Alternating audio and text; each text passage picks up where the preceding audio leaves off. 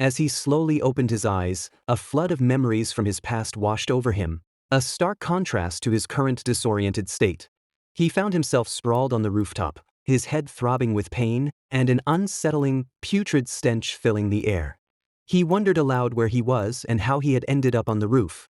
Glancing down, he noticed a crowd of people below, and a chilling realization dawned on him. What the heck are these? Zombies? He exclaimed, horrified, as the people downstairs indeed appeared to have transformed into the undead. He shouted, questioning what was happening, recalling that he had been in the normal world just moments ago. Frantically, he searched for his phone, desperate to go online and understand the sudden apocalypse. His hand met only a peanut packet in his pocket. He remembered buying the bag of peanuts at the supermarket earlier and realized that was all he had left. A morbid thought crossed his mind. He was as good as dead after finishing this bag, and then he could finally rest in peace. A fleeting wish for a girlfriend before his demise drifted through his thoughts. Just then, the door behind him creaked open, and a girl in shorts and a t-shirt entered. He peeped, his heart pounding, and instantly thought, crap, the zombie's already up here. I'm dead, so dead. However, his fear turned to bewildered fascination as the girl stabbed a dagger into a water tank, and water gushed out, drenching her. She then proceeded to wash herself. He found the situation ridiculous, a zombie being so sexy. He sighed, mesmerized by her beauty, realizing she was a living human. He accidentally made a sound, and the girl's head snapped towards him. She ran towards him, and he meekly said, "Hello." His greeting was met with a swift slap. The girl pointed a gun at his forehead and demanded he spill it. He pleaded with her, begging her to spare him and not to kill him. She asked who he was.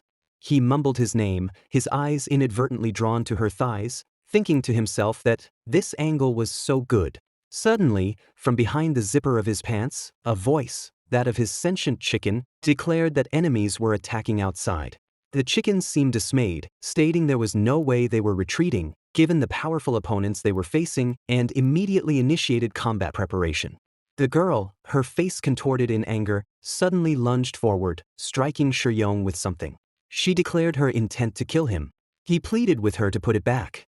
Just then, a zombie materialized behind them, poised to attack the girl. She swiftly dodged its lunge, but the zombie, unfazed, relentlessly attacked Shuyong, repeatedly striking him in the groin. He cried out, asking what was wrong with it and why it kept hitting his junk. A dagger suddenly appeared, piercing the goblin-like zombie's eye. The creature roared in pain.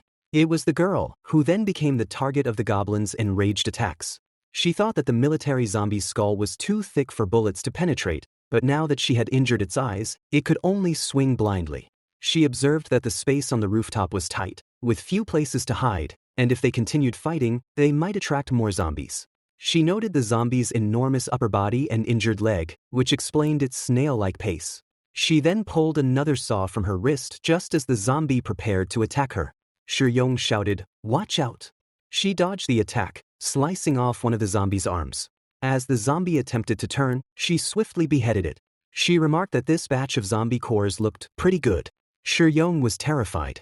The girl, looking at her dirty clothes, grumbled that she had just cleaned herself and was dirty again. She then turned to Shuyong, questioning his softness and asking which faction he was from. She repeated her question, but Shuyong, still in a state of disbelief, thought this was all insane, a mere product of the horror movies he had been watching. He tried to convince himself that if he just got a good night's sleep, he would wake up. He then reached for his peanuts, noting that the peanut flavor in this dream was quite strong. Suddenly, the girl snatched the packet of peanuts from him, demanding to know who he was and how he possessed such a precious elixir of life. Shuyong meekly asked if she liked peanuts. She firmly reiterated her questions, asking which faction he was from and why he had such precious food.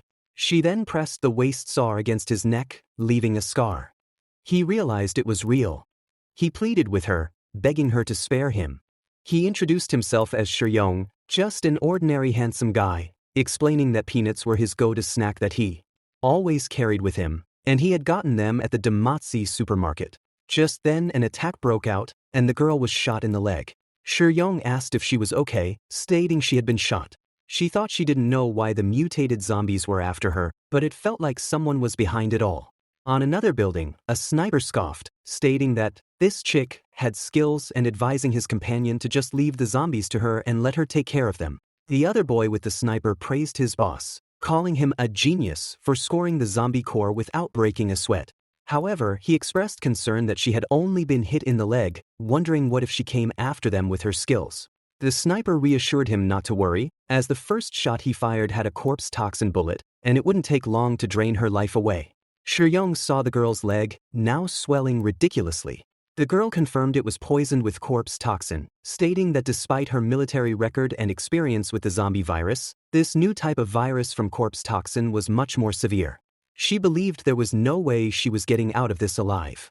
She identified their attackers as being from the 17th faction, who were after the zombie core from the one she had just taken down. She warned Shuyong that if they got caught, they would be dead meat. Shuyong asked what they should do now. She replied that she could hold them off while he escaped. Shuyong asked about her. She explained that she had been infected with corpse toxin, and only penicillin could cure it. She couldn't run anymore, and it wouldn't be long before she turned into a zombie, and then Shuyong would be next. She offered to help him escape, but in return he would owe her one. He had to tell her sister to flee for her life without her, as she would be at the mercy of those scoundrels from the 17th faction. Shuyong questioned if penicillin was truly all it took to detoxify. She affirmed it, then asked what he meant by just penicillin, explaining how difficult it was to obtain penicillin as it was extremely rare. Shuyong muttered, "The rarest." Just then, she said she would fire a shot later to distract them. She instructed him to go to the rooftop where there was a door, and when there was a lot of smoke, she would throw smoke bombs. She then gave him a note, explaining it was where her sister was, reminding him he must tell her. Now's the time, hurry up and go, she urged. Shuyong ran. Shuyong found himself torn, reflecting on how the girl had just saved him. He wondered how he could simply abandon her. He thought about penicillin and his own world, considering that penicillin there can be acquired easily. He desperately wanted to return. Just then, a system materialized before him, announcing, "The primordial emperor system is online, initiating dimensional shift to the Gulf." Shuyong questioned what a dimensional shift was, asking if it was a way to return to his world. The girl, still by his side, urged him, "What are you waiting for? Hurry up and go." Shuyong then inquired if he could return again after leaving. The system replied with a simple yes. Shuyong declared he wanted to go back immediately. He then woke up in a hospital bed. Moments later, inside the hospital, a doctor was asking an old man about his legs. The old man replied they were much better. Just then, Shuyong came running, frantically shouting, "Penicillin! Where's the penicillin?" Meanwhile, the girl, heavily infected, was slumped on the floor, on the verge of death.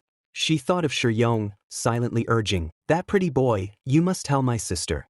On the other end, the men with the sniper observed that the gunfire had stopped and she couldn't pull on anymore. Their boss instructed them, "Let's go, brothers. It's time to collect our spoils." Just then, a nurse admonished Shuyong for running in the hallway. He spotted the penicillin, snatched it, and shouted, "Dimensional shift." He instantly found himself back in the dilapidated world. Shuyong then addressed the girl, stating, "Not dead, huh? Good, not dead." She stared at him, asking if he was crazy and why he had come back. He presented her with the penicillin, saying he had bought it. She asked in disbelief how he had penicillin. Shuyong simply replied that he had just gone to get penicillin and told her not to ask too much. He assured her it was genuine penicillin and that she wasn't going to die, they were going to get out of there alive together. He urged her to eat it and handed her the capsule. She swallowed it. Shuyong asked how she was feeling, if it was any better. She replied that the swelling had gone down and the toxins had faded away, remarking, "Unbelievable. It's already suppressing the toxins. What kind of penicillin is that?" Suddenly, she heard a door knock and warned, "Someone's coming. Hide quickly." She pushed Shuyong through a hole in the roof, onto a bed below. He landed with a groan, complaining, "My poor back." "A bed? That's insane, man. You know a man's back is the most crucial part, right?" Just then, the door opened, and the sniper and his companions entered. The sniper instructed his men to find the girl, suggesting they might have some fun with her while she was still alive. The girl, however, defiantly stated, "Looking for me, huh? I was gonna look for you guys too.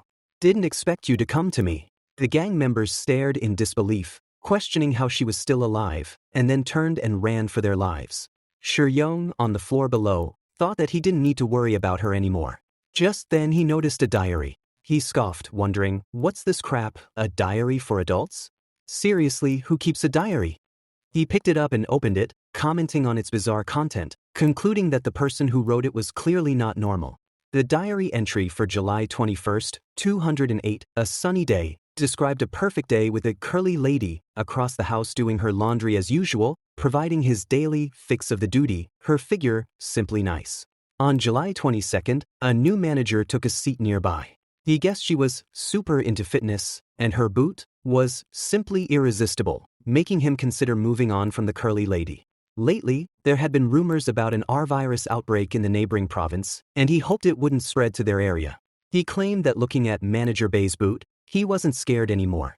But just after that entry, the manager was infected by the virus too, and she reached the boy. The company was quarantined, and he was confined to his allotted room, not allowed to leave. By July 24th, the R virus had affected most of the city's population. They were down to their last pack of food from the community. He had tried calling for help, but nobody was responding. He feared if he didn't escape, he might starve to death.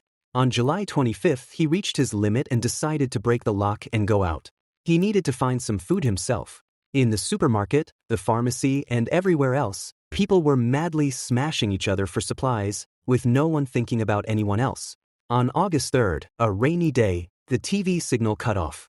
2 days prior, in its final broadcast, the anchor had warned them that rescue might not arrive, urging them to save themselves and uttering some absurdity about humanity's indestructibility, which he found laughable. By August 17th, all the food was gone.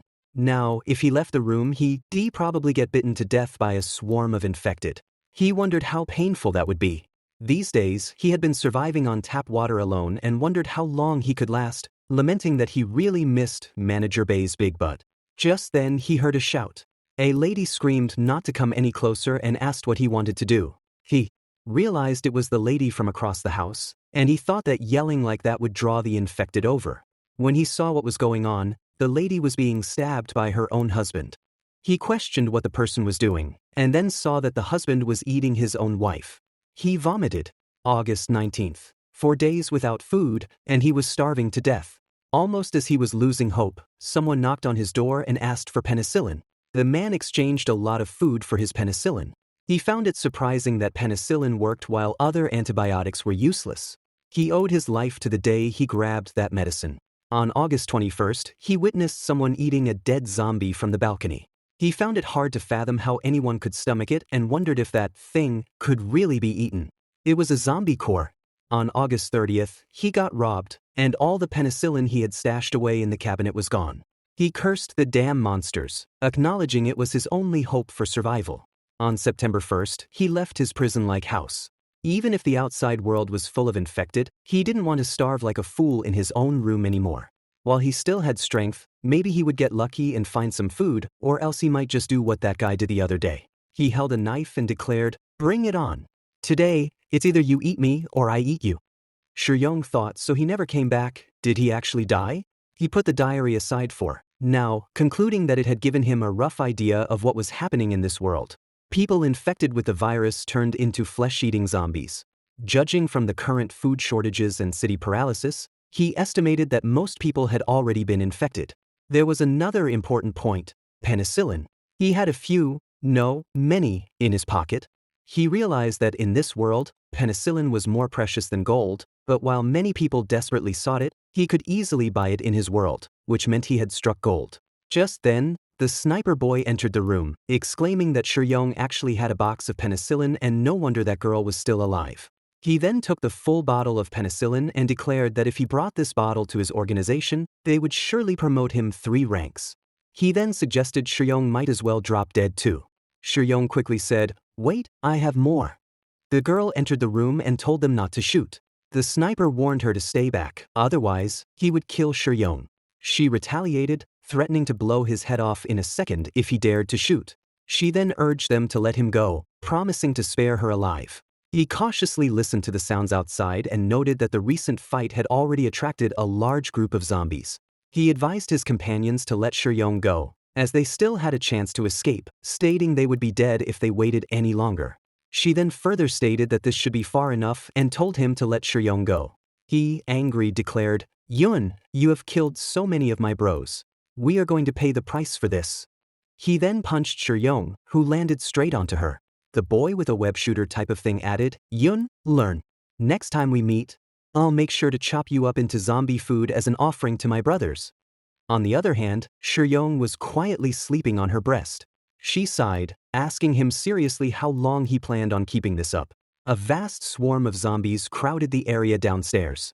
The girl declared they should be out of the zombie-infested zone by now and suggested they rest a bit before heading out again. Seizing the opportunity, she told Shuyong she had some questions for him, asking who exactly he was and why he possessed items like peanuts and penicillin that ordinary people wouldn't have.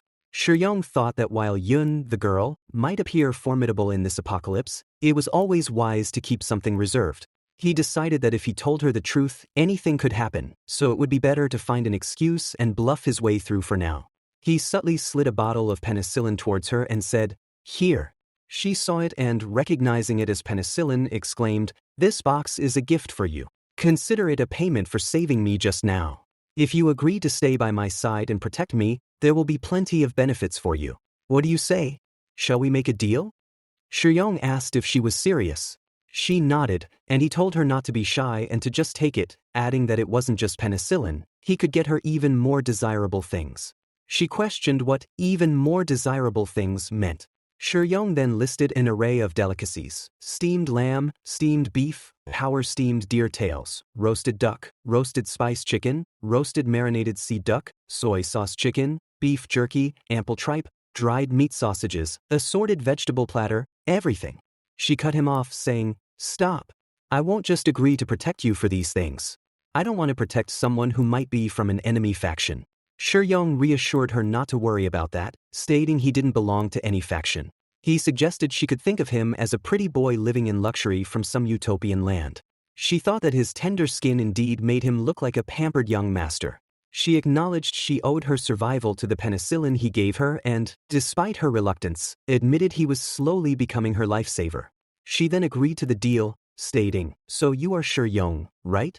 From now on I'll stick with you and keep you safe. But if I find out you lied to me, I'll kill you." Shuyong cheerfully replied that she could call him Brother Shuyong too, declaring that her luck had arrived. He then asked if he could ask her some questions, to which she agreed. Shuyong wanted to know about the apocalypse. She explained that the R virus, carried by zombie cores, sparked the apocalypse, infecting 80% of humans and causing a catastrophic drop in the global population from 9 billion to 1.5 billion, leaving only zombies in their wake. She described zombie cores as having both plant and mineral characteristics, and they could be ingested directly by living beings, used to make evolutionary potions, or stored as energy. Direct consumption led to short-term energy and nutritional supplements. Evolutionary potions came in 3 grades, 1, 2, and 3.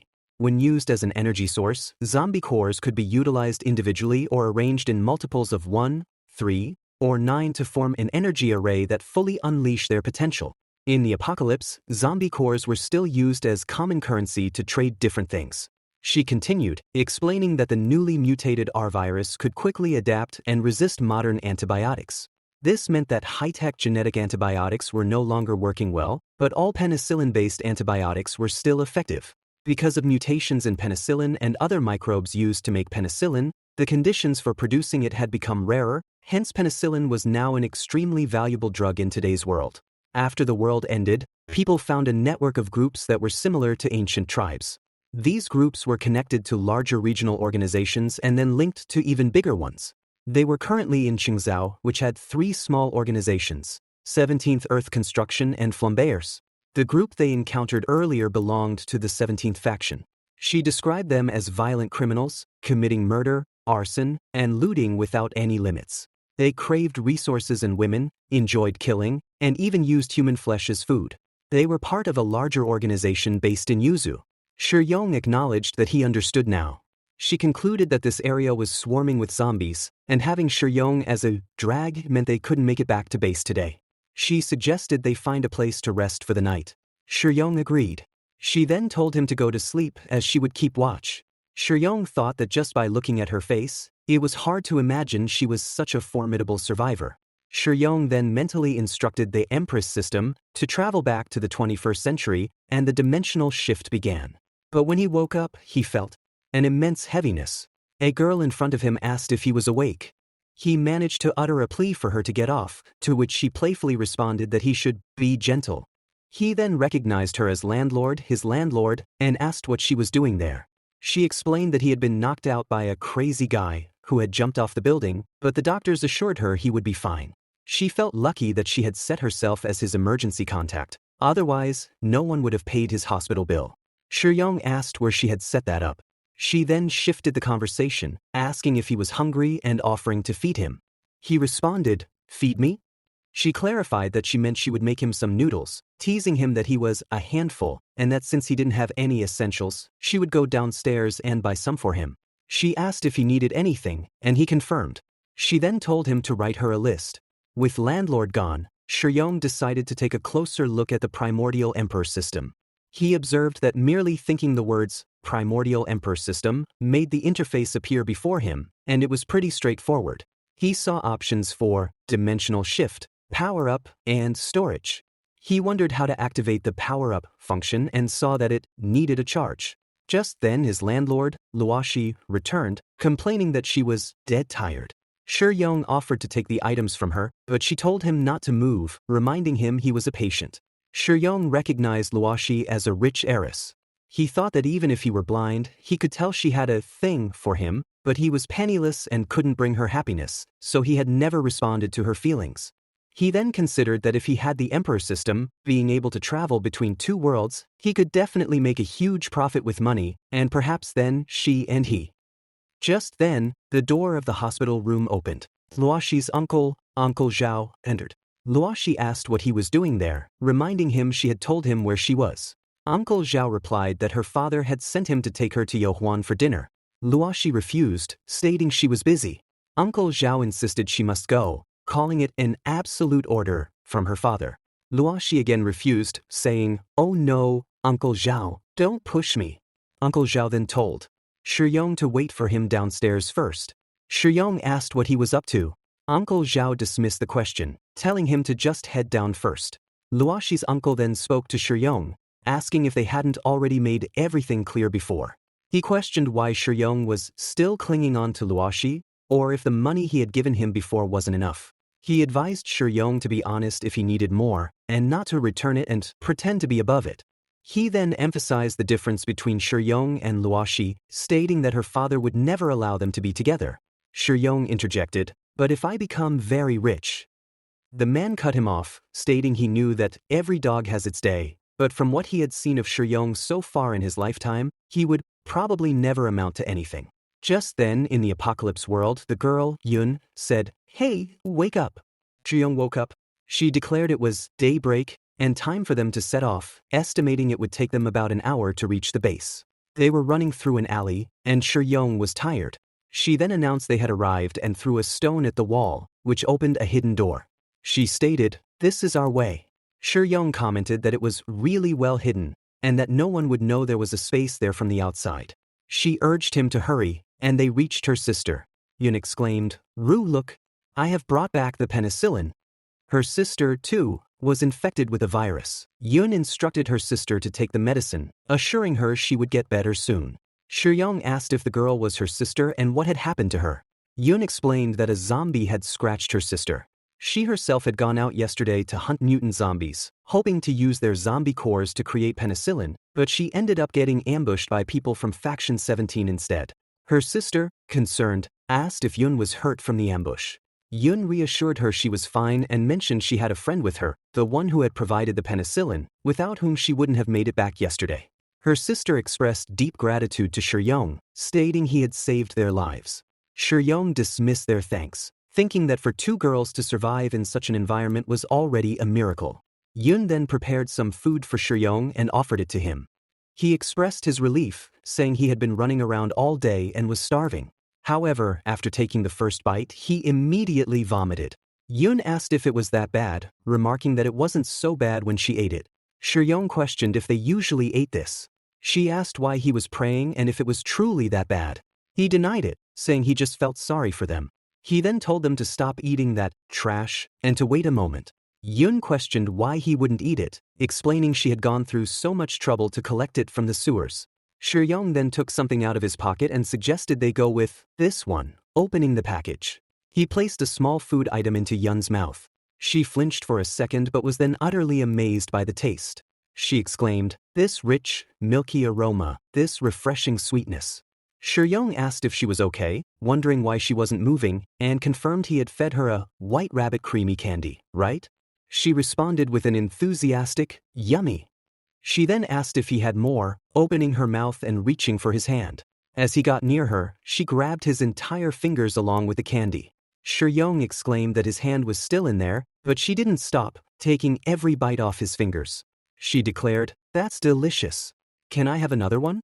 Yong gave her several more, and she took those candies to her sister, urging her to try this. Her sister also found it incredibly tasty, asking what it was. Yun explained it was a white rabbit cream candy that Yong had just given her and that it was very tasty.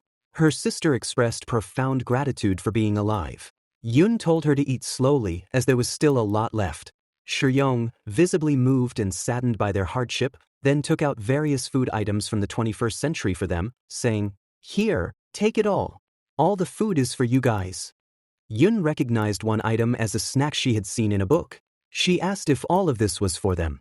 Yong confirmed it was all for them to eat and reassured them he still had plenty more. Yun then gave him a bag filled with something, saying, "Here." Yong asked what it was. She explained it was all the zombie cores she had collected, and they were all his. Yong mused that as soon as a zombie core got close, the mark on his left hand began to burn, wondering if there was a connection between them. He then accepted the zombie cores Yun had offered. He questioned her generosity, asking if she was sure she wanted to give them all to him, considering how precious they seemed based on what she had said. Yun replied that the penicillin he gave her had saved both her and her sister's lives, and his food and supplies were supposed to be worth far more zombie cores, but for now, she had only gathered these. She promised to pay him back the rest later. Yong then exclaimed, "Oh no, do you guys have a restroom? I need to go there." Yun directed him to the restroom, which was just around that corner. Yong confirmed, "Okay, I'll be right back." He entered the washroom and observed it was a squat toilet. He remarked on its ancient appearance and the faking deep hole, but decided to deal with it first. As he sat there, he thought, well, there's no one around. I might as well study what a zombie core really is. He took out one of the cores, and as he held it, he said, "As suspected, there's a connection. My arm is heating up again." The zombie core was absorbed, and the system pop-up appeared. Power-up successful. Dimensional shift increased by 2. Total dimensional shift, 3. Yong realized. So, power-up is used for dimensional shifting, huh? He decided to add a few more, and after several more power-ups, 23 of the zombie cores rolled down the toilet. He now had a total of 9 dimensional shifts. Yong thought 9 should be enough and decided to keep the remaining zombie cores for now. Just then, he looked at the bag and shouted, "Where's my zombie core? I clearly had a whole bag just now. How come there are only 2 left?" He then looked at the toilet and, a dawning realization on his face, muttered, "Could it be?" Yong emerged from the washroom looking like a wandering soul. Yun asked what was wrong with him and why he had that face. Yong mumbled that it was nothing, just a bit constipated. Some time later, Yun announced it was time to eat. Yong questioned why she was eating this again, reminding her he had given them plenty of food already. She explained that she couldn't eat all of such precious stuff at once, and besides, she had collected this from the sewers with great effort, and it would be a waste not to eat it. Yong reassured her not to worry, as there was more food.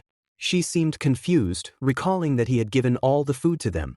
Yong thought that she didn't know he had a storage space in the system, and it would be too strange if he took out more food now.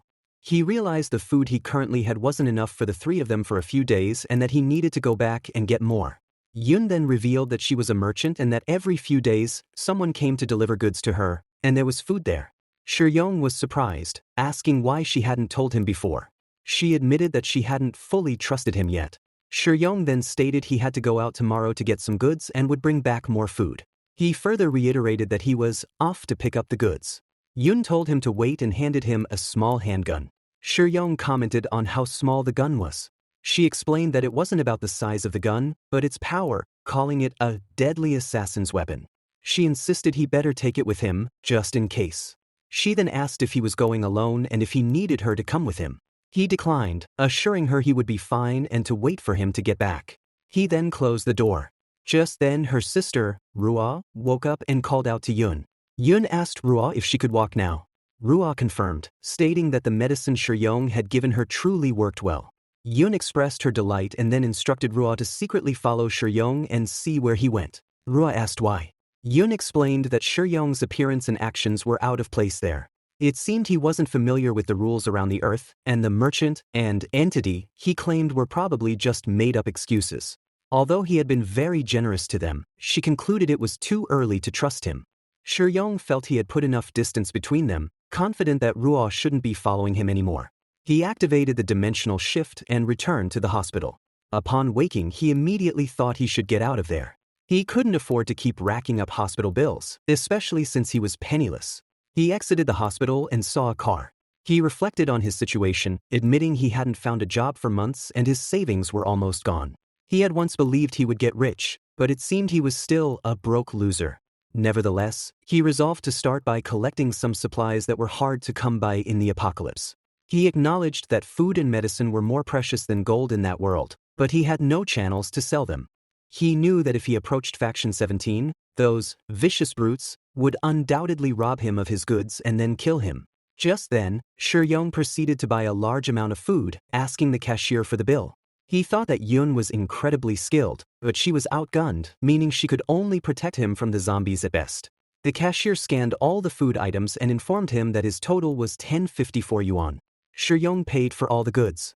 He thought these items should fit in the system's storage space.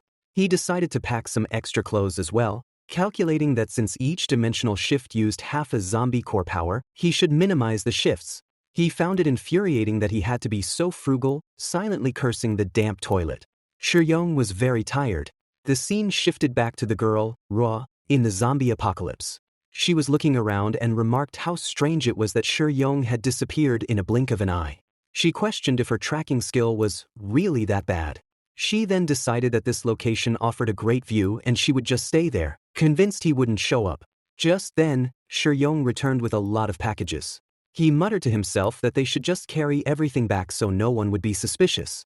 He then exclaimed that he hadn't seen any zombies there last time and that the place was sealed off. He decided they needed to find another way to go around. He wondered what the heck was going on and why there were so many more zombies here. He shouted for Yun to come save me quick. He realized he couldn't get through the horde and might even have to shift. But just then, a zombie appeared from behind him, lunging towards Shuyong. The packets he had bought fell off, some of them spilling their contents. He was now clutching onto a rope, with zombies falling below. Shuyong shouted, "Dimensional shift," but his passive skill, quick climb, activated instead. Shuyong thought he couldn't hold on and needed to dimensional shift now. However, the panel informed him he had 7 skill points and that activating a passive skill cost 1 point, with each upgrade costing double the last. Shuyong thought, what kind of system is this? Upgrade now. The passive skill Quick Climb was upgraded twice, consuming 3 skill points. After the activation, he felt awesome. He was now effortlessly hanging by his old body weight with items on his back, using just one hand. He exclaimed how awesome it was, noting he could now easily hold onto the wire with just one hand, calling it incredible. He then stood on top of the wire and declared he could even walk on the wire, like walking on the ground, cool, just like Spider-Man. He proceeded to perform several Spider-Man moves on the wire. Rua, standing on the rooftop, observed Shuyong's acrobatic display. She thought she had believed Shuyong was just a fragile, ordinary person, but who knew his climbing skills were so strong? She realized Yun had been right. This guy was no ordinary person. Shuyong landed safely on the floor, observing that the original path was blocked by zombies. He concluded he needed to get to a higher vantage point to survey the terrain and find another way back to base. He spotted a building ahead, noting it seemed to offer a good view. As he began climbing the building, he remarked that scaling the wall was a total breeze, wondering if there were more skills to unlock in the system and feeling excited. Just as he was climbing, he noticed a large number of zombies inside the building through a window. He muttered that these zombies looked gross up close. Taunting them, he yelled, "Want some fresh meat? Come on, you stinkin' zombies, catch me if you can." The glass suddenly shattered, and he fell into the swarm of zombies, instinctively killing one with his bare hand. The zombie's neck was severed. "Shuyong, terrified, exclaimed, "What is this? Has my grip strength become so strong that I can snap a zombie's neck directly?" Another zombie lunged at him. He quickly killed it and then, seeing zombies everywhere, and realizing his trusty iron arm couldn't handle this many, he decided it was better to deal with them later. He jumped out of the room and grabbed onto another window's glass. Zombies tumbled out behind him. He sighed in relief, commenting, "That was close. Just a scratch and that would be the end of me in this dangerous world. You can't afford to be too showy." He then noticed he felt a lot lighter than before and wondered what was happening. He looked behind him and saw his bag was gone. He shouted, "Where's my bag?" It had fallen amidst the zombies. Shuyong exclaimed, "How could this happen? I made it all the way up for nothing, and now I even lost my supplies." He gritted his teeth, lamenting that he had blew his remaining cash on that stuff, adding, "No way. That's my startup capital for getting rich. I must get that back." He courageously returned to the zombies, addressing them, "Hey buddies, I am back. Fancy some soft, tender little human hands?" He extended his hand, and all the zombies started falling towards it, tumbling down because zombies couldn't think logically. Shuyong encouraged them, right, just like that. No rush, one at a time, everyone. The zombies continued falling down one by one. Shuyong, observing the silence, noted that they had all been knocked down and that there were so many of them, making his arms sore from hitting them. He spotted his bag and confidently declared, "These zombies are a piece of cake. Just a tiny trick and they're redone for." Just then, he saw something behind him. He wondered if he had just seen a red shadow or something, or if he was simply imagining things. Suddenly, a very large zombie appeared in front of him and attacked Shuyong. As the zombie lunged, Shuyong frantically slammed out of the door, only to be thrown back against a wall, wincing in pain. He tried to run, but the goblin-like creature in front of him was incredibly fast. Shuyong was shocked, thinking this zombie was unexpectedly agile and that he hadn't even seen it coming. He considered momentarily returning to the modern world to avoid danger, but quickly realized he would reappear in the same spot upon shifting back, which would be a waste of his skill points. Damn, no time, he thought. He had no choice but to go all in. He activated the system and commanded it to use all stored zombie cores and skill points for an upgrade. His quick climb skill immediately upgraded to level 6, and he unlocked 2 new skills, fearless focus and steady footing. He turned back to the zombie, now able to see its movements clearly. He thought he had its current moves down and could dodge its attacks just in time. He ran, the zombie close behind him. He realized it was still clinging to him, unable to shake it off even after using all his skill points. He cursed, thinking he was only just keeping pace with it. He had expected to suppress it by going all out. With such high-speed movement, his stamina was depleting fast. He knew he wouldn't last much longer. If he slowed down for even a second, it would catch up and snap his neck. Just then he reached a dead end, a concrete wall. But Shuyong grabbed a log of wood lying nearby and pierced it straight through the goblin's shoulder, all the way to its spine, getting it through the zombie's body. He relaxed for a moment, but then the goblins started moving again. Shuyong exclaimed, "Damn it! Not dead yet. What the heck is this thing?" Finally, he managed to kill the zombie and extracted the zombie core from its body. Tired, he mumbled that he had managed to salvage something after all. Just as he emerged, Ruo saw him and thought that he had actually managed to escape. She concluded that Shuyong's combat ability seemed to be on par with hers. Shuyong reached the bunker and announced his return, inviting them to come and see what cool stuff I bought. "I'll blow your minds." Yun's younger sister came out and joyfully exclaimed, "Brother Shuyong, you back." Shuyong asked who she was. She identified herself, asking if he couldn't recognize her without bandages and why he was covered in blood. She asked if he was all right. He reassured her he was fine, explaining it was all zombie blood. She pressed him, telling him he better not be lying and to let her check on him. Shuyong confidently invited her to check him out as much as she liked, feeling amazing. She indeed found no wounds. She then observed that he was covered in dirt and urged him to get cleaned up quickly, offering to bath with him. Shuyong was taken aback, asking what she meant by, "You and me bath together." She confirmed it, already taking off her clothes, and explained that they needed to save water since it was in short supply. Inside the bathroom, Ruo urged Shuyong to hurry up and undress, questioning why he was taking so long to come in. Shuyong expressed concern, asking if her older sister would kill him if she found out. Ruo dismissed his worry, stating her sister wouldn't get mad and they usually bathe together anyway. She told him to stop delaying and just come in. Shuyong, internally conflicted, thought, is this how it should be? Then I shall respectfully comply. I'm coming in. He turned to enter, but just then Yun, her elder sister, arrived and grabbed Shuyong by the ear, demanding he stop right there. She accused him of seeing her sister's naked body. Shuyong quickly denied it, claiming that since childhood he had had extremely bad eyesight, like 8,000 degrees of nearsightedness, so bad he wouldn't even recognize his uncle if he stood centimeters in front of him. He then came out of the bathroom, changing the subject, and proudly declared, "Look what cool stuff I bought back. We got enough stuff here to last for days." He added that for a balanced diet, he had also brought some fruit. Yun saw the bananas and seemed surprised. Shuyong offered them to her, telling her not to be shy and to go ahead and eat. He then playfully smacked a banana into her mouth. She licked the banana, then ate it, exclaiming how sweet and delicious it was. She then looked at Shuyong, noticing his expression, and asked what was wrong. He quietly replied that he needed to savor it a bit more. Her sister, Rua, remarked that there was so much food, it was like a dream. Yun asked Shuyong if he was giving all the food to them, acknowledging that these were all very, very precious supplies. Shuyong confirmed he was aware of that but stated he had given his word that if they guaranteed his safety, he wouldn't let them down. Yun thought to herself, yes, no matter what, I should keep my promise. However, she also remembered that when Shuyong was in danger earlier, she had just hidden in the shadows and hadn't helped him.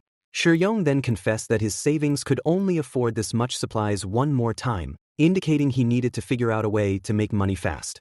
He also internally reminded himself that he still needed a zombie core for his dimensional shift points and that he was out of skill points. Yun questioned the usefulness of money, stating it was practically worthless, just like scrap paper, and too slippery even for wiping your butt. Shuyong clarified that, to be precise, it should be gold and treasures and such. He explained that his business was trading supplies for these things. Both Yun and Ruo stood up and looked at each other. Yun then walked towards the table and pulled out a gold bar that she had been using to balance the table. She asked Shuyong if he thought this would work. There were 3 gold bars. He thought the texture is gold. She then stated that she remembered it was called that, but it was basically worthless now. She explained she had used it to prop up the table leg because it was perfectly square. She then asked if this was what he considered gold and treasures. If so, she had 5 or 6 more pieces on the table over there. Shuyong was shocked to see them. She told him to take them all as they were useless to us anyways. He then found himself sitting in front of 7 or 8 gold bars on his table. Shuyong slept soundly, dreaming of his newfound wealth. He was muttering about being rich and having money now, but just then Ro, the younger sister, approached him, a knife in hand, poised to stab him. Yun, the elder sister, swiftly intervened, grabbing Rua's arm and asking what she was doing. Rua declared that if they killed him now, all his supplies would be theirs. Yun argued against it, insisting that Shuyong had saved them and they wouldn't be alive if he hadn't given them the penicillin. She questioned how they could repay kindness with malice. Rua countered, reminding Yun of how they had ended up in this mess to begin with. She recounted how Zhong, a scoundrel, had initially won them over by putting on an act, only to sell them out to Faction 17. They had lost their entire base, with dozens of people slaughtered, and only the 2 of them had barely made it out alive. Rua confessed that if Yun hadn't stopped her in the bathroom earlier that day, she would have already dug Shuyong's eyes out. Yun insisted that Shuyong was not like that traitor. She pointed out that he had a reason to waste penicillin on them when they were nearly dead. She emphasized that their entire fortune wouldn't be enough to buy a box of penicillin, yet Shuyong had still given them the precious medicine. She concluded that he was not a bad person. Just then, Shuyong woke up and asked what the 2 of them were doing and what was with the silent mumbling. Rua quickly got on his legs and, looking innocent, told him that she wanted to sleep with him. Shuyong was shocked, asking why she hadn't said so earlier, lamenting that they had wasted a ton of precious time. Yun then stated that she wanted to sleep with him too. Shuyong, surprised again, agreed, but insisted on sleeping in the middle. He found himself sleeping between the 2 beauties. Rua subtly reached for her knife, intending to harm him, but Yun swiftly kicked the knife away, resulting in Yun landing above Shuyong in an awkward position. Shuyong inquired what Yun was trying to do, reminding her they couldn't do anything with her sister still there. Yun firmly declared that she wanted him to sleep only with her. From then on, she stated, Shuyong would sleep with her too, and she would keep him safe at night. Shuyong conceded, thinking that safety did matter, and accepted her terms. Later, Ruo was talking to Shuyong and asked if he was an evolved. Shuyong feigned ignorance, asking what an evolved one was, claiming he was just a regular handsome guy. Ruo then asked how he had escaped from that building. Shuyong asked how she knew. Ruo explained that she had a really sharp nose, and that yesterday, when he came back, she had picked up on his scent from that building. She added that only the strongest, evolved ones could make it out alive from there, implying Shuyong must be pretty awesome too. Shuyong, quickly concocting a story, replied that he had just gotten lost yesterday, but luckily didn't run into many zombies, and he had his handgun to thank for his narrow escape. He thought to himself, who would believe I had the primordial emperor system? Let's make something up. Yun then remarked that his marksmanship wasn't bad and asked if he wanted to go practice at the shooting range. At the shooting range, Yun questioned his aim, asking if he was sure he was aiming at the target or if he had some kind of eye problem. She then had enough and declared that his grip on the gun was all wrong and she would show him how it was done. She moved closer to him, held his hands, and instructed him on how to target with a gun. Yun instructed Shuyong to relax his arm, advising him not to tense his body too much, to calm down, and to aim at the target. She then commanded, "Fire," and he hit the target. Just then, the system notified him, long-range weapon mastery skill activated. Upgrade now. Shuyong thought that he could still activate more skills, but he had used up all his zombie core power. He had only the last one he got from the mutated zombie remains, which gave him 2 skill points, and a dimensional shift cost 1 point. He needed to save them for shifting back to reality, as he had no spare skill points left to upgrade to new skills. He then asked Yun if she knew where he could buy zombie cores. She asked if he meant a marketplace, and he confirmed. She told him there was a small trading post about 2 kilometers from here where he could exchange zombie cores. He expressed his delight and suggested they go there.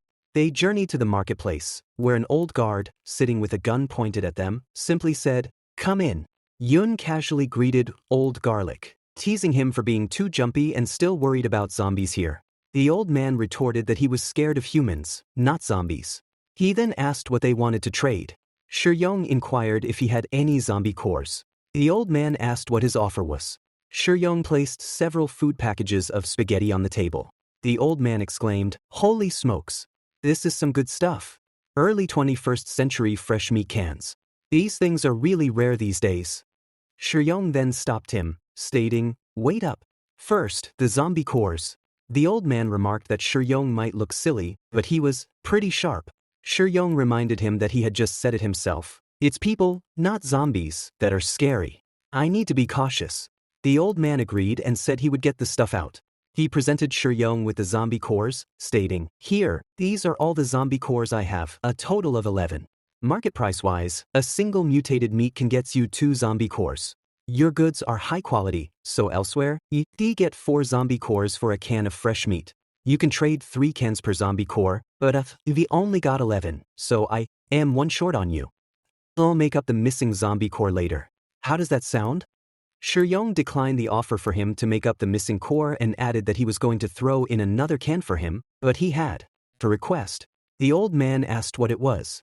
Shuyong then showed him a piece of gold and asked him to take a close look and if he recognized it. The old man admitted he was no expert, but it certainly didn't look like gold to him. Shuyong affirmed, "Nailed it. You got a keen eye. Guess I was right to see you. The extra cans are your commission, brother. You seem well connected. Help me gather metals of this kind, and I'll trade cans for whatever you collect. What do you think?" The old man said his deal sounded pretty sweet, but questioned why Shuyong needed this gold, as it wasn't worth a lot. Shuyong dismissed his concern, telling him to find as much of this stuff as he could, emphasizing, "The more, the merrier. I'll take all you've got." Shuyong then powered up the system with the zombie cores, and he had a total of 4 points. He commanded, "Upgrade long-range weapon mastery 4 times."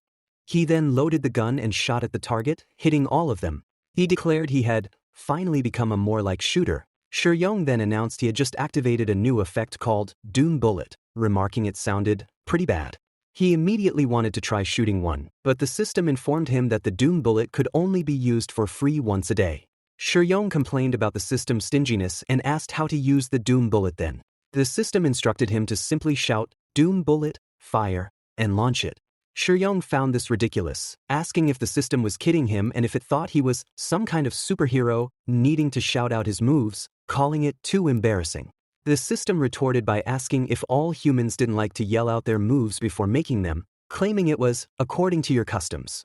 Shuyong snapped back, asking the artificial damn bit if it had decided to be considerate now, recalling that when he was about to fall to his death earlier, he hadn't seen it rushing to help.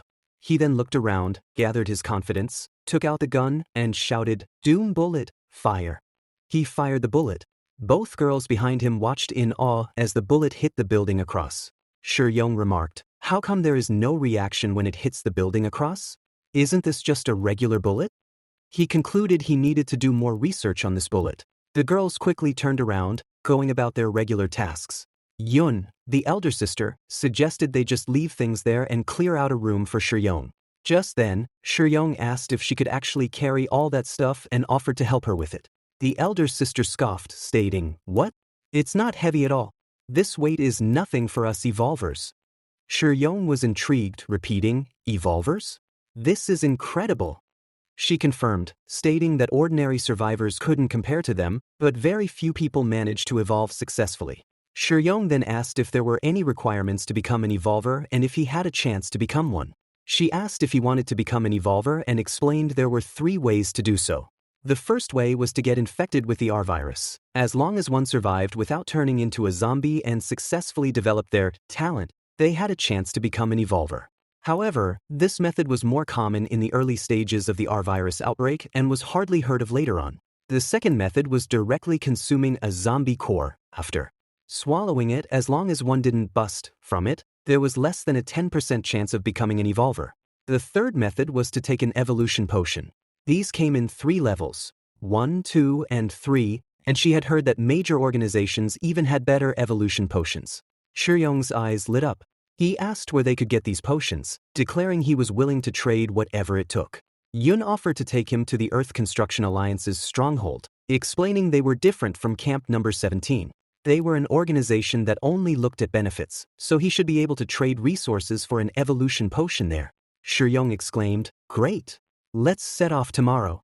The next day, Shuyong, with his backpack, glanced at Ruo, the younger sister, and asked Yun if Ruo wasn't coming along with them and why he always felt like she was glaring at him these days. Yun dismissed his concern, stating Ruo was glaring because she had an eye condition. Just then, they reached the outskirts of their base, and there were too many zombies. Yun remarked that it felt like there were more and more zombies near the base and that it looked like it was time to clean up a bit. Meanwhile, back at the shooting range, Ruo angrily muttered about that damn Shuyong and why Yun wouldn't let her kill him. Just then, she saw the building in front of her collapse. She thought, what the heck? How did the building across collapse? It was due to the doom bullet that Shuyong had fired earlier. In the quiet streets, a lone zombie ambled along until it was abruptly struck by a dagger. It was Shuyong and Yun. Yun explained that this was Central Street, known for its particularly high zombie population, and advised against firing a gun unless absolutely necessary. She then bent down and opened a roll-up shutter, revealing a car inside. Shuyong asked if this was also her base. She explained that for safety, she maintained several supply points.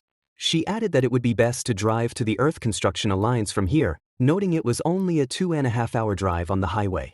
Their car sped down the highway, with many zombies hot on their heels. Shuyong pointed out the pursuing zombies. Yun casually replied that no bodies would shake them off soon. She then asked Shuyong if he was sure he wanted to become an evolver, warning him that even the highest grade evolution potion could be lethal. Shuyong admitted he wasn't sure if he should take it, but decided they should buy it first. He thought that the main purpose of this trip to the Earth Construction Alliance was to exchange supplies. He recalled Yun's description of the Earth Construction Alliance as being similar to a guild. He reasoned that since they were outnumbered, there was no guarantee they wouldn't harm them. He decided not to reveal too much in their first deal, aiming to win mutual trust first. Just then, a zombie tugged at his car window, terrifying Yun. She exclaimed that it was a red zombie and wondered how so many had shown up all of a sudden. She urged Shuyong to quickly shut the window down. Shuyong fired gun bullets at the zombie, but the zombies were too fast and dodged his shots. One of the zombies directly broke the car's roof and struck his hand inside. Shuyong shot that zombie. Damn it! Why can't I hit them? I am usually dead accurate. He cursed. Yun explained that red zombies instinctively dodged bullets and normal weapons were no use against them. She instructed Shuyong to drive as fast as he could, declaring she would handle them. She then came out of the car to fight the red zombies. They both attacked each other. She swiftly took out her waist blade and cut one zombie in half. As others came towards them, she cut them down too. One of the zombies gripped her leg and threw her from the car. She fell onto the road, with many zombies about to attack her. Just as they were about to lunge, Shuyong appeared and shouted, "Hey, you guys! Don't hurt my bodyguard!" Yun looked at Shuyong, utterly bewildered, questioning how he could have killed those red zombies. She stammered that he had killed them in an instant. Shuyong, still catching his breath, acknowledged it was close, almost not making it. A moment before, when she had fallen from the car, he had emerged, using one of his skills, and with his gun, had banged the zombies straight on their heads, wiping them out. Shuyong then challenged the red zombies. "You can dodge bullets, huh? I'll blast your brains out." "No way you are dodging that." Yun thought, this Shuyong is actually this powerful to wipe out 6 red zombies in such a short time. That's almost at the level of a first-tier revolver. Shuyong then began collecting the zombie cores, declaring, "Jackpot. All zombie cores, time to power up again." He then felt a pang of exhaustion, thinking that his body couldn't handle such high-speed movement after all and that he should probably hit the gym more. He then asked Yun where the zombie cores had gone. Yun quickly urged Shuyong to stop looking and to look around instead. They were surrounded by a fresh wave of zombies. She exclaimed, "Where did suddenly so many zombies come from?" She shook her head, saying she had no idea, and urged him to, "Let's go and drive away." They rushed towards the vehicle. Zombies were attacking them, and Yun instructed Shuyong to save their bullets, as there were too many of them. It was a whole swarm of zombies. Yun accelerated the vehicle, and they drove over the zombies, killing them. Shuyong then asked why the car wasn't moving. Yun explained that the zombies had struck under the car, and too many zombies had now surrounded them. He asked how many bullets they had left. She replied, "Not many left." Shuyong said he only had 10 bullets left. He thought that 10 bullets were nothing against so many zombies and that the only skill he could use now was the Doom Bullet. He asked the system if it had said before that only 1 Doom Bullet per day was free. The system confirmed. He then asked how many Doom Bullets he could buy with his remaining skill points. The system stated that the first-time purchase of Doom Bullets was on an equal skill point basis. He decided to buy 7 Doom Bullets and immediately purchase them. He thought that the remaining 2 skill points were for dimensional shift. If the 8 Doom Bullets didn't work, he could only shift back to the modern era. But then he worried about Yun, thinking she definitely wouldn't be able to escape on her own and would surely die here. Shuyong reassured her not to worry, as the car was very sturdy, and the zombies wouldn't be able to get in for a while. Yun looked at Shuyong, admonishing him for not conserving his bullets, stating that using them all up wouldn't help. She emphasized the importance of saving at least 1 bullet, as it would be very useful for him. Shuyong questioned the utility of a single bullet. Yun explained that she always kept a last bullet, asking if he would want to be eaten alive by zombies. She clarified that this last bullet was for oneself. She somberly added that death is a dime a dozen in this world, and that she was always ready to meet her end, but hoped to die a less painful death, suggesting he keep a last bullet too. Shuyong ignored her advice and fired all 8 Doom Bullets, but there was no reaction at all from the zombies. Just then, it started pouring rain. Yun remarked that it was raining, so they didn't have to worry about running out of water. She added that if they got stuck, they could only hope someone nearby lured the zombies away, but no one could be that kind-hearted. As the rain poured, an awful stench filled the air. Shuyong remarked on the terrible smell. Yun explained that the rain had puffed up the zombies' rotting flesh. She noted that every rainy day brought such a foul stench. She pointed to several buckets on the back of the car, which she had kept there for collecting drinkable water, and remarked that it was really pouring. She hadn't seen it rain this hard in a long time and predicted that if it kept raining like this for another day, they might see something interesting. Shuyong asked what kind of interesting thing she meant. Yun explained that zombies were basically undead and unrotting, but their moisture would be lost, so the zombies they saw now were all shriveled up. However, after they had been soaked in water for a while, their skin would start to swell, at first looking like how they were when they were alive, but this was only temporary. They would continue absorbing water, and their skin would become even more swollen until it reached its tensile limit, and finally burst, but they wouldn't die. They would just become more fascinating in appearance. Yun then abruptly stopped talking, complaining that the stench of decay was making her a bit nauseous. Suddenly, Yun urged Shuyong to look, exclaiming that the zombies had turned back into humans. Shuyong looked at a seemingly human figure and wondered if this was what she looked like when she was alive, noting she seemed about his age. He mused that if she were still alive, if the world were still normal, he asked Yun what she would do. Yun admitted she had never really thought about that. If there were no zombies, if the world were still normal, she would be a pastry chef. She then questioned if that would truly suit her. Shuyong confidently replied that of course, that career would perfectly suit her. He thought to himself that he couldn't leave Yun behind. There had to be a way. He considered that if he rested for another day, maybe he could use his rapid climbing skill to break through the zombie horde. Just then they saw dense lightning. Yun remarked that this area had always been dry and she had never seen weather like this. Then, a blast occurred, and the zombies were wiped out. Outside, the dead bodies of zombies lay strewn across the ground. Shuyong exclaimed that they were all down, and all the zombies had been struck dead by lightning. Yun suggested they move the bodies and clear a path, otherwise, they wouldn't be able to drive out. Shuyong, looking at the gruesome scene, exclaimed, "Wow, it's sprawling. It's damn."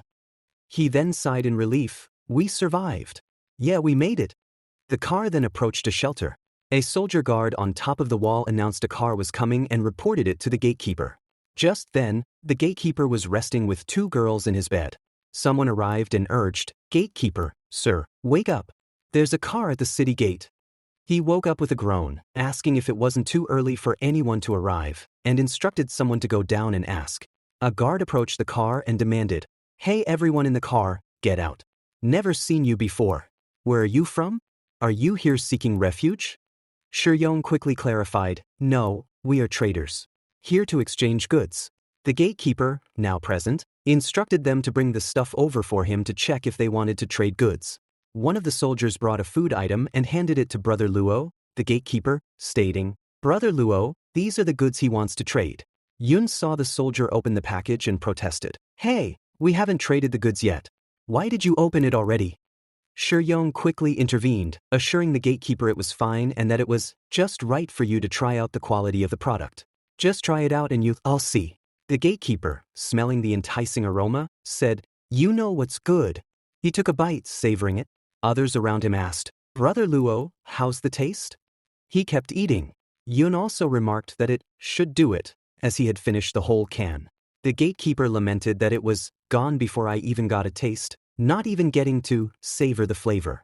Shuyong quickly offered him another, saying, "No bodies, he got more here. Have another." He gave 4 cans to them. Yun whispered to Shuyong, concerned, that he had already eaten 8 cans and asked if he knew how much they could trade for with 8 cans now. Brother Luo, now full, declared, "Not bad. I'm about 30% full. I'll let you guys enjoy the rest." He said to his members. They immediately snatched the remaining cans and fought for them.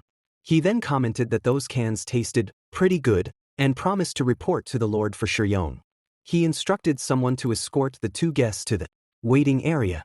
A guard said, "Come with me," and led them to a human refugee shelter. Someone inside remarked, "Check out the new stuff. This stuff is top-notch quality." Shuyong asked if all these houses were occupied.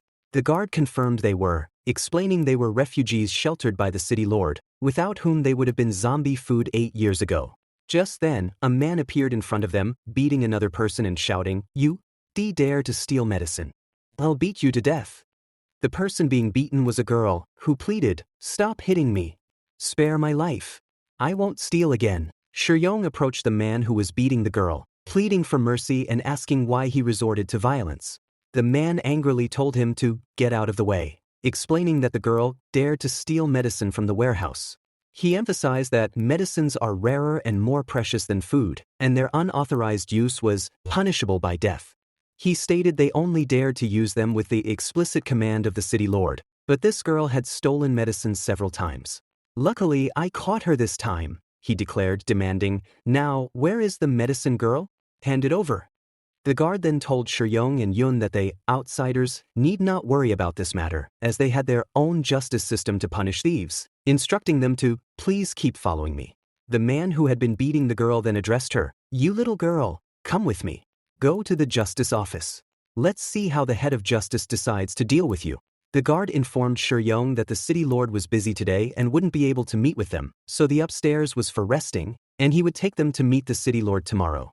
The next day, an old woman, a grandmother, was asking around, "Have you seen my granddaughter?" A man beside her said he hadn't seen her. The old woman went around the market, repeating her question to various people. One man rudely told her to get lost, stupid old hag, threatening her if she delayed him from going to the mine. But the old lady persisted, describing her granddaughter, who is but a small braid in her brown hair, and how she hadn't come back since last night. She desperately asked if anyone had seen her. Yun murmured that the old lady's granddaughter must be the girl from yesterday. The guard, seemingly confirming this, told Yun not to worry, as someone will notify her. Yun then approached the old lady and gently told her that her granddaughter was taken to the justice office yesterday for stealing medicine and suggested she go there and ask. The old lady cried out, "Xiao Yi has been captured. It's my fault, all because of me. She only stole the medicine to help me. So it's my fault. Arrest me instead. I took the medicine." The guard, hearing this, interrupted, "All right, it's almost time to meet with the Lord. Hurry up." The old lady continued to lament, "The justice office. I need to go to the justice office." Just then, the guard entered the city lord's palace and announced, "Lord Chu Wang, the merchant has arrived."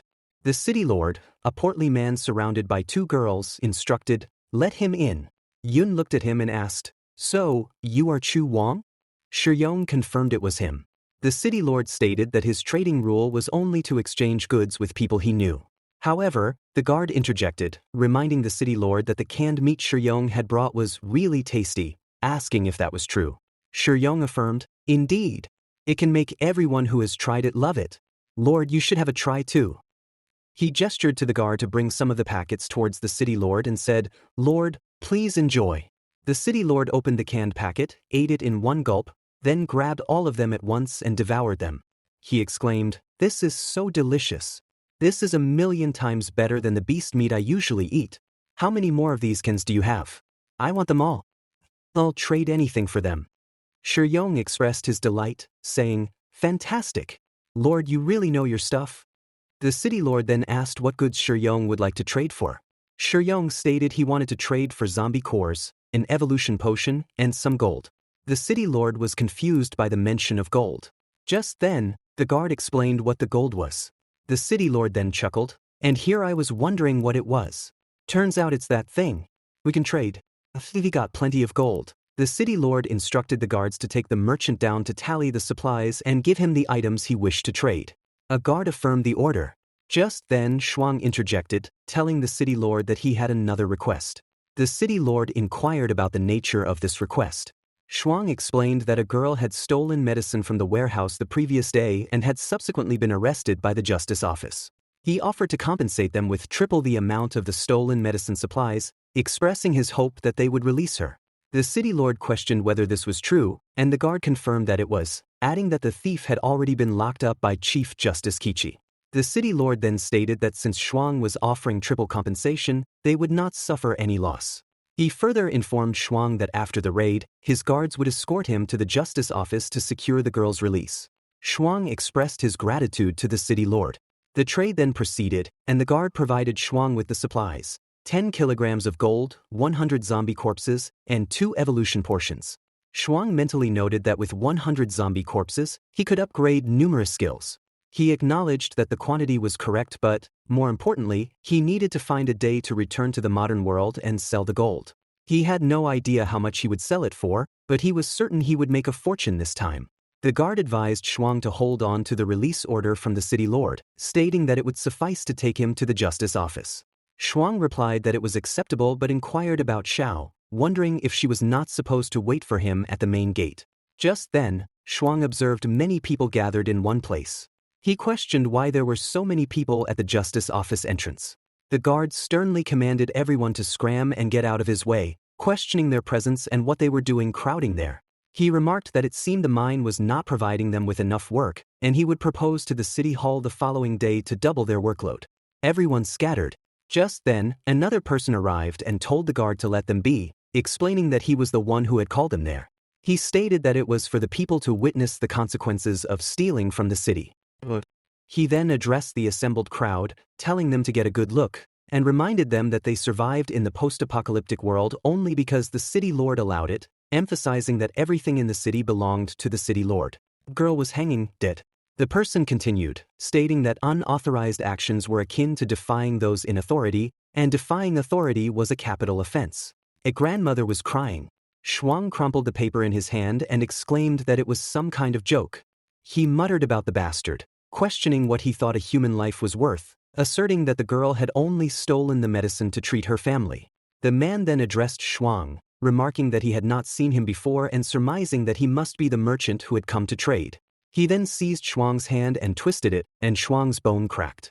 The man then told Shuang that since he was from an outside city, he would forgive him this time. The guard, accompanying Shuang, informed Chief Justice Qiqi that Shuang was indeed a new merchant from outside the city and requested forgiveness for any mistakes. The man, Chief Justice Qiqi, then inquired if Xiao had accompanied Shuang to trade. Shuang asked what had happened. Chief Justice Qiqi explained that Xiao had been captured while attempting to break into the prison, adding that she seemed extremely angry about him killing the girl.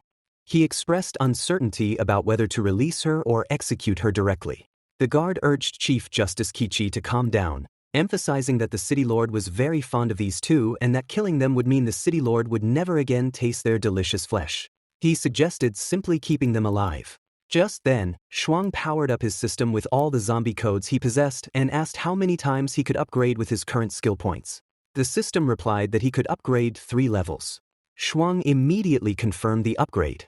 He had now reached level 7, and the next upgrade would require 128 skill points. A physical damage detection then indicated the need for skill points to recover, and Shuang confirmed the recovery of his broken hand. People in the front speculated that Shuang would definitely kill Chief Justice Qiqi for real if he could capture Xiao so easily, concluding that his strength must be formidable. Shuang mentally acknowledged their thoughts and further considered that a doom bullet might take Chief Justice Qiqi down, but it might also hurt the people around. He decided that the best course of action was to use extreme speed to escape with Xiao. Having leveled up 3 times, he believed he should be able to hold on until they escaped. He activated extreme speed climbing. He ran past the 2 guards who were holding Xiao and in front of Chief Justice Qiqi, then climbed the building, announcing his intention to make a grand escape in one go. He then exclaimed that his climbing skill could last longer than before. Just then, Xiao told Shuang not to worry and suggested they escape first. After they had covered a significant distance, Shuang declared that he was maxed out and at this distance, they should not be able to catch up. He commented on how close they had come. Xiao apologized, telling Shuang that she had dragged him into this. Shuang reassured her, telling her not to say that she had done nothing wrong, taking all the blame on himself for being there and for not taking action earlier. Xiao expressed her surprise at how quickly they had acted, lamenting her own weakness and wishing she could have held them off longer. Shuang inquired if that was Chief Justice Qiqi. Xiao confirmed it, stating that he must be a level 5 evolver. Shuang asked if a level 5 evolver was considered very powerful. Xiao explained that evolvers always started from level 1 and that breaking through each level was very difficult, recounting that it had taken her 10 years just to break through to level 3. She further elaborated that every faction had its own high-level evolver to protect its safety, but level 5 evolvers were quite rare. Some even believed there were level 10 warriors who could easily dispatch a safety with a single move. Shuang mused that even in the apocalypse, there were still incredibly strong people, and he thought that he had been too naive in believing he could dominate the world with his system. Just then, Chief Justice Qiqi reached them. Xiao shouted a warning. Chief Justice Qiqi then struck Shuang with a knee strike. Shuang was hurt, but Chief Justice Qiqi continued to beat him severely. Xiao shouted his name, but Chief Justice Qiqi retorted, asking if he had said they could leave, holding Shuang's head between his hands. Then, Chief Justice Qiqi left Shuang on the floor. Xiao was about to attack him, but with a single punch, he forced her to retreat and then grabbed her neck. Xiao told him to let her go, but Shuang then drank the evolution portion he had. He was in severe pain. Xiao questioned why he drank the evolution portion. Shuang did not respond, but he laughed through the pain. Chief Justice Qiqi remarked that it was like watching a dying bug making its last desperate struggle and wondered if Shuang would rather die from self-destruction than submit to him, finding it quite amusing.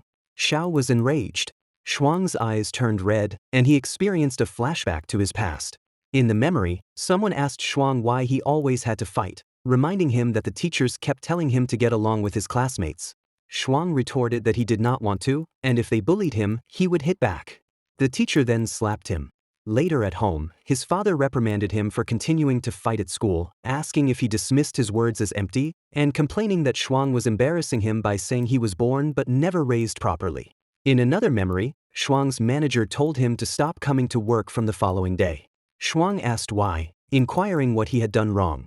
The manager replied that it was common for the boss to ask female staff to drink more and questioned why Shuang always interfered, telling him to mind his own business from then on. In a final memory, Shuang witnessed a man harassing a girl. The girl pleaded with the man to let go of her. The man told her to stay and have some fun with him. Shuang intervened, asking what they were doing. The man told him to beat it and leave them alone. Shuang was beaten very brutally, but he still held onto the man's legs. The man demanded that he let go of him, calling him a mad dog, and decided that they should leave before the cops showed up. The lady thanked Shuang, expressing her appreciation. She noticed that Shuang was tearing up a suit and asked if he had nowhere to stay. She offered him a room for rent in her apartment. Shuang admitted that he was indeed looking for a place and asked about the monthly rent. The lady assured him that it was very cheap. The lady and Shuang went to her home. As Shuang was eating, the memory concluded, and the scene shifted back to the present, where Chief Justice Qiqi was hitting Shuang. Chief Justice Qiqi mockingly remarked that Shuang was like a dead dog and that his evolution seemed to have failed. Meanwhile, elsewhere, Ro was observing Shuang and thought that he was almost lost, trapped in an endless stream of memories. She mused that the probability of her level 2 evolution portion working was too low, and at this rate, it could only go so far. She concluded that the quality this time really wasn't high and she might as well find another one. Ruo reflected that they had tried so many times but still could not succeed, implying that self-destruction might be their fate. Shuang, still immersed in the memories, was talking to the lady. She asked if the food was tasty. He enthusiastically replied that it was delicious and that her cooking was so good she could open a restaurant, adding that he could eat it every day. The lady responded that as long as he wanted to eat, she would make it for him every day. Shuang remained silent for a moment. The lady then mentioned that she had bought a cake from a popular dessert shop that day and encouraged him to try it. Shuang ate it and declared it delicious. Just then an idea came to his mind, and he exclaimed that he wanted to be a pastry chef. The lady asked what was wrong, as Shuang seemed a bit lost in thought. Shuang replied that he thought he might have forgotten something. On the other hand, Chief Justice Qiqi was about to take Xiao, whom he had tied up. Xiao defiantly asked what he was doing and told him to just kill her if that was his intention. Chief Justice Qiqi replied that he would not, explaining that he would be in trouble if he killed all the suppliers the city lord needed. He added that Xiao's face was pretty, and if all else failed, he could always cut her tendons and present her to the city lord as a plaything. Just then, Shuang grabbed Chief Justice Qiqi's hand and leg and stood up. He declared that Chief Justice Qiqi was not going anywhere.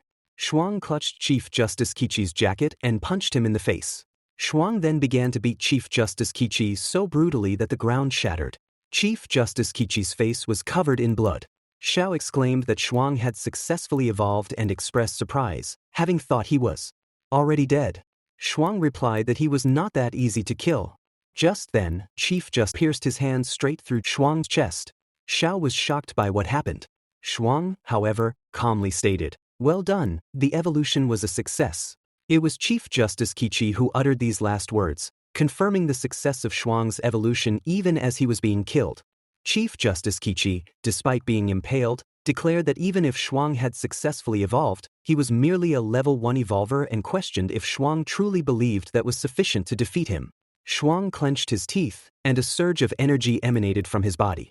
Chief Justice Qiqi exclaimed in disbelief, questioning how that was possible, recognizing it as a golden abyssal physique, something only a level 10 evolver would possess. Just then, Chief Justice Qiqi was seen running towards the speed demand gateway, his thoughts racing. He had just seen how Shuang could use the golden abyssal physique, an ability he was certain was indeed the golden abyssal physique, just like one he had witnessed before. Now Xiao, standing there, pointed her finger towards Chief Justice Qiqi and fired an attack. Chief Justice Qiqi was running with the attack just behind him, which appeared massive. It struck Chief Justice Qiqi, and the man was wiped out. Meanwhile, the city lord inquired about the commotion, sensing an intensely powerful wave emanating from 10 miles outside his city. He wondered which powerful figure was passing through the area in Faction 17. His aide responded, "Come." Someone then asked the city lord what was wrong. He answered that the force was wrong. In the climber's location, the lady with Shuang asked him if he felt it. Everyone was shocked by the sheer force that Shuang had released. Xiao urged Shuang to hold on, assuring him that she was going to patch him up in just a second. However, she then exclaimed that the wound was too severe and she couldn't stop the bleeding. But just then, Shuang's body itself stopped the bleeding, and Xiao, filled with relief and urgency, told Shuang that he must hold on and she would take him to the doctor right away. Just then, the city lord came running to the area, noting that the aura had disappeared. He pondered why such a strong evolver would be fighting near his domain and expressed his hope that he hadn't offended them.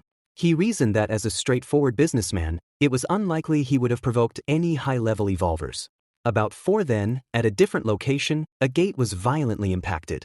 The lady approached the door, but someone outside the door impatiently told her to hurry up and open it, then kicked the door open. It was Xiao. The lady exclaimed Zhao's name and told her that she would pay for the broken door. Xiao dismissed the remark, urging her to hurry up and help her save Shuang. Upon examining Shuang's injuries, the doctor expressed his perplexity, remarking on the strangeness of his vital signs. When asked what was wrong, the doctor admitted he couldn't definitively say Shuang was fine, nor could he say he wasn't. He decided to bandage his wounds for now, adding that he had scanned Shuang's organs and discovered a large area of metal material covering his wounded side. The doctor found this peculiar, noting that these metals had effectively saved Shuang's life, and he had never before witnessed a wound heal in such a manner. Xiao then inquired if that meant Shuang was all right, but the doctor reiterated his inability to make a promise due to the sheer strangeness of the situation. Xiao pressed further, asking what exactly was going on, to which the doctor suggested keeping Shuang there for a few days for observation. Just then, the scene shifted to a leader in Group 17, who instructed his underlings to punch him a few times. The underlings, astonished, asked if he was serious, wondering how they could possibly hit him. He insisted, reminding them of how much he had bullied them and asking if they didn't want revenge. He urged them to come and beat him up to let off some steam, assuring them he wouldn't hold it against them. They nodded, and a flurry of punches landed on the boss. The boss, internally, cursed, thinking they had truly hit him hard, but he silently vowed to show them who was boss later. He was then seen walking to a doctor's clinic and knocked on the clinic door. When the doctor came out, he immediately told Dr. Zhao that he was injured again and needed treatment quickly. The doctor took him inside, remarking that it was his 3rd visit that month and he was getting injured too frequently. The man replied that his line of work simply made it easy for him to get hurt. Just then, Xiao emerged from a room and saw the man who had previously threatened and attacked them. She was shocked, wondering how he could possibly be there and whether Faction 17 lacked a medical facility. She realized that if he discovered their presence, he would undoubtedly send people to surround them, and she needed to leave before he could notify his faction. As they were moving towards the doctor's clinic, the doctor informed them that the rooms had patients and directed them to come over so he could dress their wounds. The leader agreed. Just as he entered Zhao's room, she was waking Shuang up. The doctor quickly intervened, stating that Shuang couldn't be moved around right now and instructing them to put him down. Xiao insisted that they had to leave. Just then the leader entered, loaded his revolver, and shot at them. The doctor, aghast, demanded to know what he was doing. The leader explained to the doctor that Xiao and Shuang had killed over a dozen of his brothers, and he had vowed before that he would definitely kill them. Xiao then declared that she had already sent a signal and her faction brothers were nearby, asserting that he couldn't escape. Xiao didn't say anything further but began to run. The leader threatened to skin them alive. The doctor firmly interjected, stating that the leader could not kill people in his clinic as they were his patients. He warned the leader that if he dared touch them, he would never receive his help again. She emphasized her seriousness, asserting that she absolutely would not allow anyone to harm her patients. The leader conceded, saying he wouldn't lay a hand on the doctor's patients. Few more days to hide out in there, assuring them that she would have people block off the area around there, guaranteeing that the moment they stepped out of the clinic would be their end. Shuang found himself in the inner space of his mind. The system congratulated him on evolving into a perfect first-level evolver, stating his talent was energy gathering.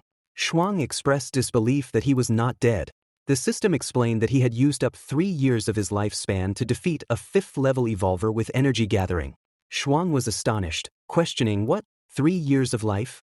The system elaborated that he had unconsciously relied on instinct to activate his energy-gathering talent and defeat a stronger opponent, at the cost of his own life energy. A voice then echoed Shuang's thoughts, remarking that they had underestimated him, never thinking he would evolve into a perfect evolver through sheer willpower. Shuang demanded to know who was speaking. The voice quoted an old human saying, "What doesn't kill you makes you stronger." It further explained that his evolution would unlock more functions in the system and advised him to use them well. Shuang reiterated his question, demanding to know who the voice was and why it had given him the system. The voice replied, expressing hope that Shuang would make it to the end, promising they would meet when he reached the end of the road. Just then, the doctor was attending to Shuang, marveling at his rapid recovery. He noted that it was truly magical. Shuang's wounds had completely healed in just one day, a speed he had never witnessed, even among evolvers with self-healing abilities. Xiao, observing this, wondered why Shuang hadn't woken up. The doctor explained that logically he should have woken up by now, but perhaps he needed a little stimulation to wake up. Just then, Shuang groaned, asking what they were doing and jokingly calling the doctor a freak. The doctor remarked that Shuang seemed to be recovering well and looked quite spirited. Xiao urged him to get dressed first. Shuang woke up and put on his clothes, then asked if that meant people from Faction 17 had already surrounded the area. Xiao confirmed this. She then explained that she could normally have defeated Zaysum, who was also a third-level evolver, and she was not too bad at fighting. However, she had sustained a critical hit to her internal organs in the last battle, which was why she had played it safe yesterday. Shuang declared that he would go out and take care of these opponents. Xiao offered to go with him, but he declined, telling her to focus on healing. Right now, as he could take them all down by himself. Outside the area, the leader and his members were waiting. One of them suggested to Brother Song that they should just rush in and kill the two. He refused, stating that he had promised Dr. Zhao and instructed them to stay put there. Another member then pointed out that the resource station had announced Dr. Zhao was going to buy medicine that afternoon, suggesting they could use that time to go in and kill them. They reasoned that they could then claim the pair had run off on their own, and Dr. Zhao wouldn't blame him. The leader agreed that the plan worked and decided to proceed. He commanded them to grab their weapons and kill the guy, but to capture the girl alive. Another member questioned why Brother Song was still messing around even after Dr. Zhao had given them the warning. He dismissed the concern, saying it was a different story and that keeping her in the dark would be fine. Just then, the door opened and Shuang emerged, standing in front of all the men. He declared that there was no need for them to come over as he, Shuang, had come himself. The members cursed, surprised that he dared to show up alone. Song commanded his boys to get him and chop him into pieces. Shuang activated his power and observed that all the other individuals were level 1, with only Song being level 3. After assessing his skills, Shuang calculated his chance of victory at 90%. He activated his powers, and in just a fraction of a second he knocked all of them out. Only Song remained standing because he was a level 3 warrior. Song exclaimed in disbelief, questioning how Shuang had powered up so fast, recalling that the last time he saw him, Shuang was just an ordinary low-level human. Shuang retorted that if he had used weapons, all of them would probably be dead in those few seconds. However, considering that Song hadn't made any moves yesterday, Shuang offered him another chance. To kneel down, start yapping like a dog, and address him as Grandpa. Only then, Shuang stated, might he let him go. The scene shifted, and Shuang went to the merchant with whom he had first traded. The merchant, presenting an assortment of goods, said that this was all he could find for now and asked Shuang to see if it was what he was looking for.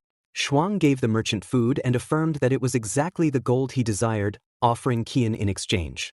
The merchant thanked him, and Shuang told him to keep helping him find gold, assuring him there would always be Qian for him. The merchant, puzzled, wondered what the kid needed gold for, noting that the common currency nowadays should be zombie corpses. Shuang then acquired a total of 20 kilograms of gold. Shuang declared that he had struck it rich and announced his intention to trade their supplies, as he needed to bring back more food and water. He asked Xiao if she would be all right outside and urged her to be careful on the road. Just then, he stepped out and activated dimensional shift, then woke up on Earth. Someone was knocking at the door. Shuang asked who it was and what the knocking was about. The lady, who was his landlord, came in, calling his name and hugging him. Shuang, surprised by her anxiety, asked what the rush was. The lady retorted that she should be asking him that, inquiring about his whereabouts these days and noting that he hadn't even answered her calls. Shuang explained that he had been out on some business where there was no cell signal and apologized profusely. The lady expressed her distress, saying that his sudden disappearance had nearly given her a heart attack and that she had almost called the police. She then firmly stated that there would be no more of this and told him to give her a heads up if he was going out. Shuang acknowledged her request and, as an apology, offered her a gift. The landlord initially refused the gift, telling him not to bother spending money as he hardly had any. Shuang, however, reassured her about the money, explaining that he had made quite a bit this time out. He suggested they go buy something she liked, adding that she could pick anything she wanted. The lady whispered to Shuang that the store was quite expensive and suggested they go to another place. Shuang, unconcerned, remarked that all the styles were pretty nice and urged her to quickly pick one she liked. He boasted that he had earned enough money to buy hundreds of these items and would be making even more later on. The lady, astonished, asked how Shuang had managed to earn so much money. Shuang then addressed a salesperson, asking her to show him their best merchandise. The salesperson politely responded, saying, "Certainly, sir, please wait a moment," and then showed him a necklace. Shuang asked the lady to try it on and he tied the necklace on her. The lady, delighted, kissed it and said she really liked it. Shuang expressed his pleasure that she liked it. The lady replied that as long as it was from him, she would love it. Shuang then decided on that one and asked the salesperson to wrap it up for him. The salesperson confirmed. Shuang then told the lady to wait there, saying he was going to run over to the bank and deposit some items real quick and would be right back. He then went to a shop and inquired if they bought gold there. The sales lady asked how many grams he would like to sell. Just then Shuang showed them the bag. It contained so much gold that the manager came running, addressing him by name and apologizing for the wait. Shuang said it was okay. The manager then asked to see the gold.